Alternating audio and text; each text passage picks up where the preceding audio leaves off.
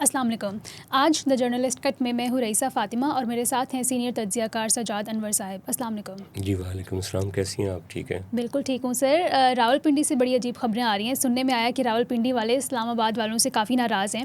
کل corps commander meeting بھی ہوئی ہے جہاں پہ کافی کچھ ڈسکس ہوئے اور پھر جو فیلڈ مارشل عاصم منیر صاحب ہیں انہوں نے یہ کہا، حالانکہ وہ بہت کم سٹیٹمنٹس دیتے ہیں، انہوں نے کہا ہے کہ گورننس کا ڈھانچہ بہتر بنانے کی ضرورت ہے. اور اسی وجہ سے یہ بھی سننے میں آ رہا ہے کہ گورنمنٹ میں کیبنٹ میں کافی بڑے لیول پر کافی زیادہ تبدیلیوں کا امکان ہے.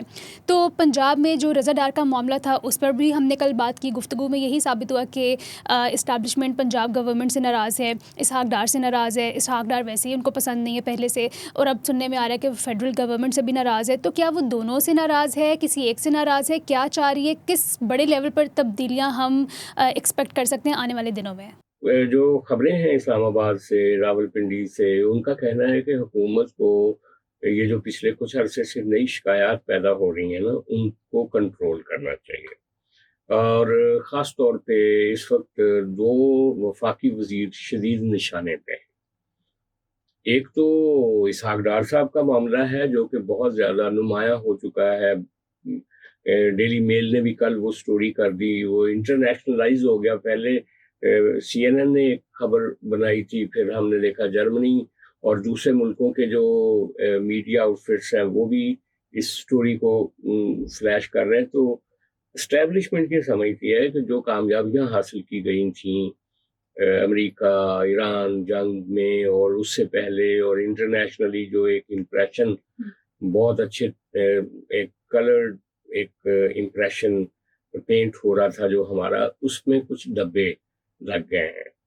اس میں اسحاق ڈار صاحب کا ذاتی طور پہ کوئی قصور ہے، ان کے بیٹے علی ڈار کا کوئی قصور ہے، سوری نہیں، ان کے بیٹے کا نام علی ڈار ہے جو کہ special assistant to C M ہے. تو جو بھی ہے، لیکن اس کا نتیجہ الٹیمیٹ آپ کے قومی وہ جو تاثر ہے اس کے اوپر آ رہا ہے. تو اس وجہ سے بھی وہ انوائڈ ہیں کہ یہ سب کیا ہو رہا ہے اس وقت جب ہم چیزوں کو ٹھیک کر رہے ہیں، چیزیں خراب ہو رہی ہیں.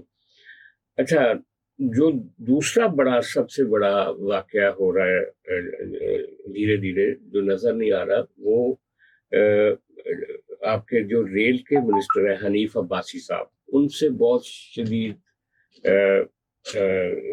وہ جو ان کے اوپر الزامات ہیں اور وہ سب کی نظر میں آ چکے ہیں اور اس کے اوپر بہت زیادہ بات ہو رہی ہے، اب تو لاؤڈلی بات ہو رہی ہے.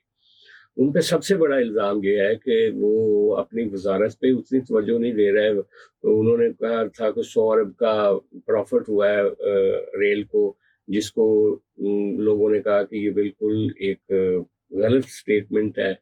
پھر راول پنڈی میں بہت ساری چیزوں میں، بہت سارے گھپلوں میں ان کا نام لیا جا رہا ہے، ڈیولپمنٹ کے کئی کاموں میں.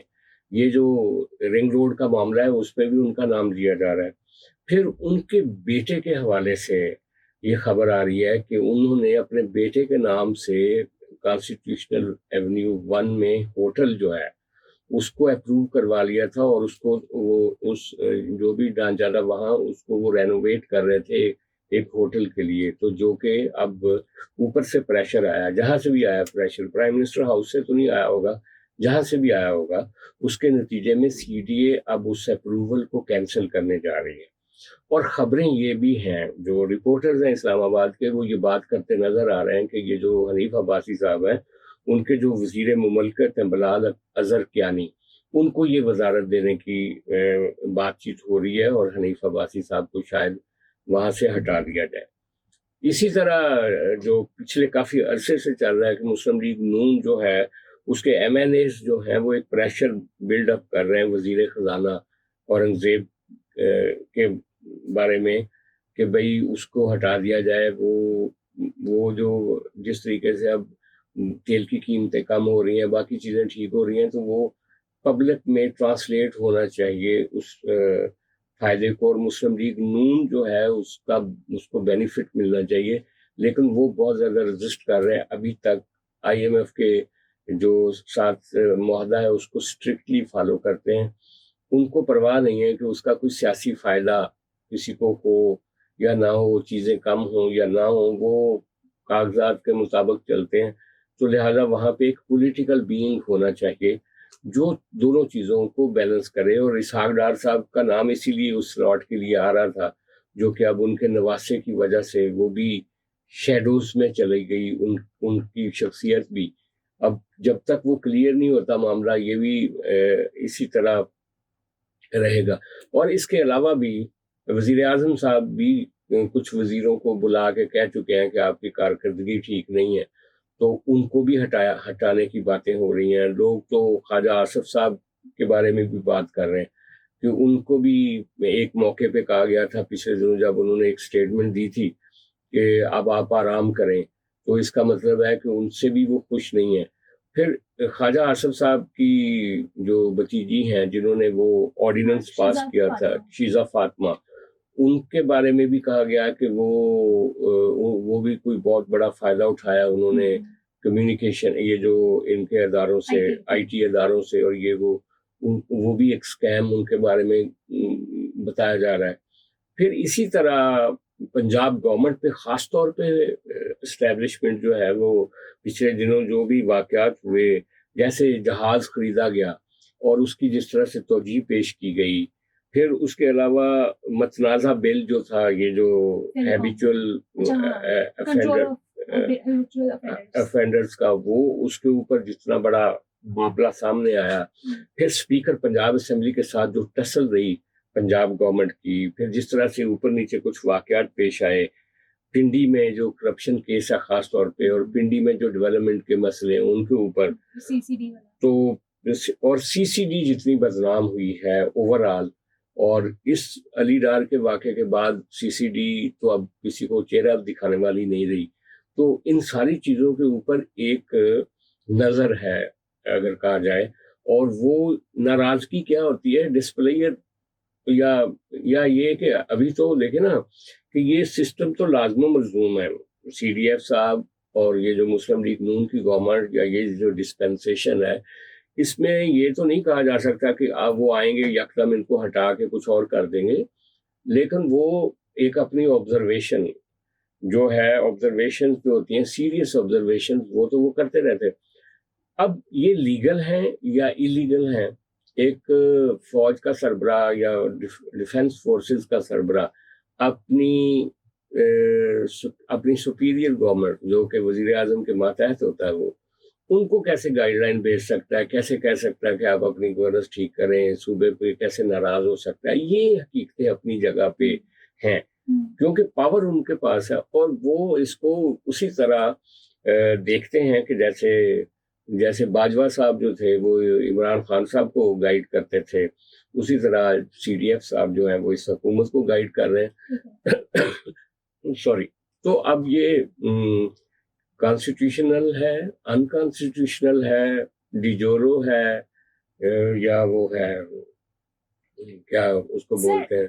میں سمجھ گیا آپ کی بات, لیکن انہی سارے ایشوز کو کنٹرول کرنے کے لیے لانگر رن میں فار ایگزامپل پاپولیشن کنٹرول کا ایشو ہے, تو کیا سی ڈی ایف صاحب نے, فیلڈ مارشل عاصم منیر صاحب نے آہستہ آہستہ کنٹرول اپنے ہاتھ میں لینا شروع کر دی؟ کیونکہ آج ہی کی نیوز ہے کہ ان کو چیئرمین نیشنل پاپولیشن کاؤنسل بنا دیا گیا ہے, تو کیا پھر اب خود نظر ثانی کریں کہ اچھا ان سے نہیں کنٹرول ہو رہا تو میں تو کروں, کیونکہ پاپولیشن کا ایک بہت میجر ایشو ہے پاکستان کو لے کر as a third world country.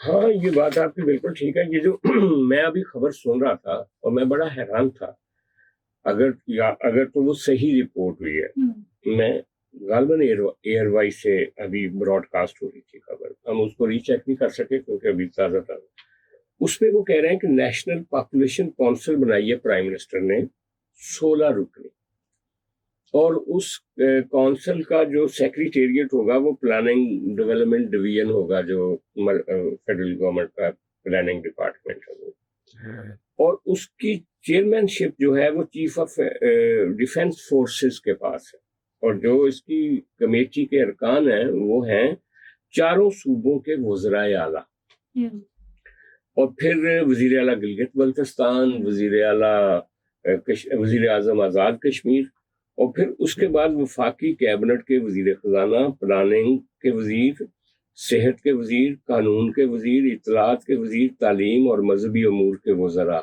یہ بھی اس کے رکن ہوں گے.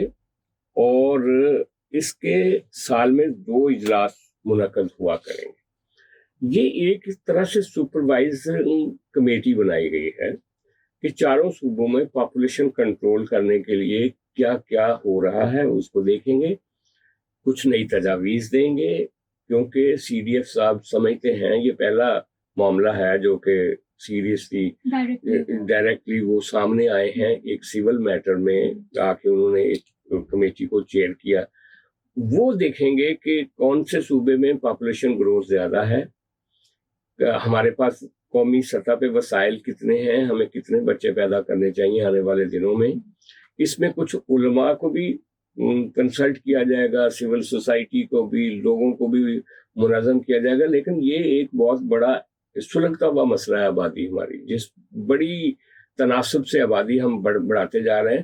ہم نے 16 کروڑ سے دیکھتے ہی دیکھتے ہم اب 26 کروڑ ہو گئے، اور اس کو ہم نہیں روک رہے، اس گروتھ کو نہیں روک رہے، باقی شاید گروتھ ہماری نیچے کو جا رہی ہے. تو یہ ایک ان یوزل کمیٹی ہے.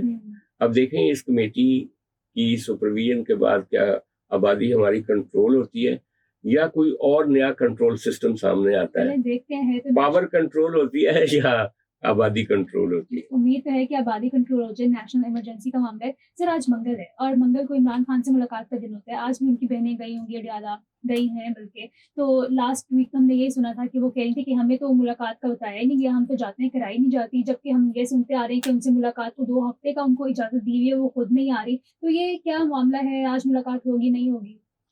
دیکھیں جو بات چیت چل رہی تھی نا وزیر اعلیٰ خیبر پختونخوا کے ساتھ فیڈرل گورنمنٹ کی، لگتا ہے وہ ساری رک گئی ہے. اور بریسٹر گوہر نے اور محسن نقوی صاحب نے جو کوششیں کی تھیں کہ برف پگھلائی جائے، وہ بھی اسٹینڈ سٹل پہ چلی گئی. ان میں سے بھی کچھ نکلنے والا نہیں ہے. پچھلے ہفتے جو چانس تھا نورین خان کے ملاقات کرنے کا، اس دفعہ وہ چانس بھی نظر نہیں آتا. آج بہت سارے ان کے ورکرز وہاں پہ پہنچے ہیں اور ان کی عمران خان صاحب کی ساری بہنیں علیمہ خان صاحبہ کی سربراہی میں وہاں پہ موجود ہیں، لیکن آج کوئی ملاقات متوقع نہیں ہے. نہ تو بشرا صاحبہ سے کوئی ملاقات جو پچھلی دفعہ ان کی بہن، ان کی بیٹی اور بھابھی سے ہوئی تھی، وہ اس دفعہ وہ بھی نہیں کوئی ہو رہی، نہ عمران خان صاحب سے ملاقات ہو رہی ہے. تو جو بیک چینل ڈپلومیسی جاری تھی، لگتا ہے کہ وہ وہاں پہ کسی وجہ سے رکاوٹ آ گئی ہے اب کافی بڑی. اور دوسری بات یہ ہے کہ جو کشمیر کے الیکشنز کا بائیکاٹ کیا گیا ہے، اس پہ بھی کچھ سوال پی ٹی آئی کے لوگ اٹھا رہے ہیں کہ جب عمران خان صاحب سے رابطہ ہی نہیں ہو رہا تو پھر یہ کس کی ہدایت پر آپ نے یہ بائیکاٹ کیا ہے. اور اس پہ بھی چہ میں گوئیاں ہیں کہ پی ٹی آئی کی جو نظم و نسق ہے یا آنے والی جو سیاست میں جو ان کی حصے داری ہے، اس میں بھی بہت بڑی کنفیوژن نظر آ رہی ہے اس وقت. ٹھیک ہے، یہ تو ہو گیا ان کا معاملہ. سر اس کے ساتھ ہی آزاد کشمیر میں جو الیکشن کی کیمپین ہے وہ سٹارٹ ہو گئی ہے. بہت کم دن رہ گئے ہیں، 27 جولائی کو الیکشن ہے اور سعد رفیق نے بھی وہاں پہ ایک اسپیچ دی ہے. تو آپ کیسے دیکھ رہے ہیں کون آگے ہے مطلب اپنی الیکشن کیمپین کو لے کے کون سی پارٹی زیادہ ایکٹیو نظر آ رہی ہے آپ کے مطابق؟ دیکھیں آزاد کشمیر کی انتخابی مہم، جیسا کہ ہم نے کل بھی کہا تھا کہ گرم پانی جیسی ہے، اس میں کون پاؤں رکھتا ہے سب سے پہلے، یہ ایک بڑا سوال ہوگا. سیاسی جماعتوں کے لیے فضا ہموار نہیں ہے. جو کل ہم نے بتایا تھا کہ جو آزاد کشمیر کے سابق وزیر اعظم ہیں فاروق حیدر صاحب، ان کے اوپر ایک حملہ باقاعدہ ہوا. اور یہ جو سعد رفیق صاحب نے آج تقریر کی ہے نا، جو بڑی وائرل ہو رہی ہے، یہ راول پنڈی کا حلقہ ہے آزاد کشمیر اسمبلی کا، مہاجر سیٹ کے اوپر. وہاں انہوں نے یہ خطاب کیا ہے اور اس میں انہوں نے وہی عزم دہرایا ہے کہ انہوں نے خود کہا کہ میں خود ایک مہاجر کشمیری ہوں، اور باقی بھی جو مہاجر کشمیری ہیں ان سے یہ حق تو نہیں چھینا جا سکتا کہ وہ کشمیر کے لیے ووٹ نہ دیں. یعنی وہ جو جموں کشمیر ایکشن کمیٹی جو کالعدم ہے، ان کا جو پوائنٹ آف ڈیمانڈ ہے اس کے وہ اگینسٹ ایک نیریٹو بنا رہے تھے، کیونکہ وہ ان کی آڈینس اس وقت کی مہاجر کشمیری تھے. یہ جو راول پنڈی کی سیٹ تھی اس کے اوپر وہ اپنا خطاب کر رہے تھے. تو لیکن یہ معاملہ ہی ایک اہم معاملہ ہے جو کہ آنے والے دنوں میں جس کے اوپر سب سے بڑا تنازعات جو ہیں وہ پیدا ہوں گے، کیونکہ یہ ایک نقطہ تھا جو رہ گیا تھا، باقی تو ان کے سارے نقطے مان لیے گئے تھے. تو اب مزے کی بات یہ ہے کہ جو سعد رفیق صاحب کہہ رہے تھے اپنے خطاب میں کہ یہ جو کشمیری مہاجر ہیں ان کو 2 ووٹس کا حق حاصل ہے.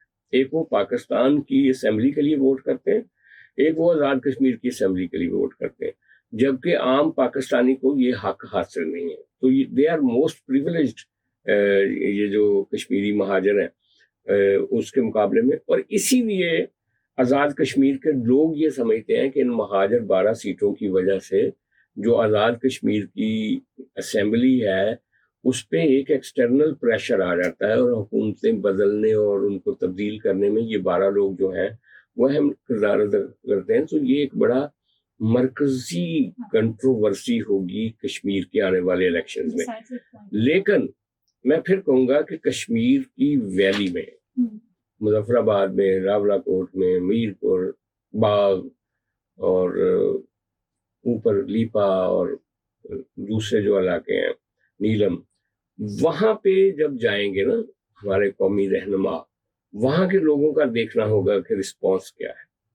جی میں اس لیے گرم پانی کہہ رہا ہوں کہ یہ کمیٹی جو ہے ان لوگوں کے دل میں دھڑک رہی ہے، یہ لوگ ان کے ساتھ ہیں، اور یہ الیکشن فیصلہ کرے گا کہ ہماری جو لیڈرشپ ہے، پیپلز پارٹی، مسلم لیگ نون اور آئی پی پی اور باقی جماعتیں، مولانا فضل الرحمان جو اور باقی لوگ جو ہیں وہ کیسے اس غصے کو، ناراضگی کو کنورٹ کرتے ہیں، پاکستان کے موقف کے ساتھ ان کو جوڑتے ہیں، کیسے وہ ناراضگی، بٹرنس جو ہے اس کو خوشگوار لمحوں میں بدلتے ہیں، یا پھر ایک نئے تنازع کا آغاز ہوگا. یہ الیکشن یہ ایک بہت نازک موڑ ہے جہاں سے آزاد کشمیر کی ہسٹری گزر رہی ہے. ٹھیک ہے سر، آنے والے دنوں میں ہم آپ سے پوچھتے رہیں گے ریگولرلی الیکشن تک کہ کیسے کیسے یہ ڈیولپنگ سٹوری کیا کیا موڑ لیتی ہے. بہت شکریہ آپ کے آج کی تجزیے کے لیے. Thank you so much for watching. کل ہم حاضر ہوں گے ایک نئے پروگرام کے ساتھ، تب تک کے لیے خدا حافظ.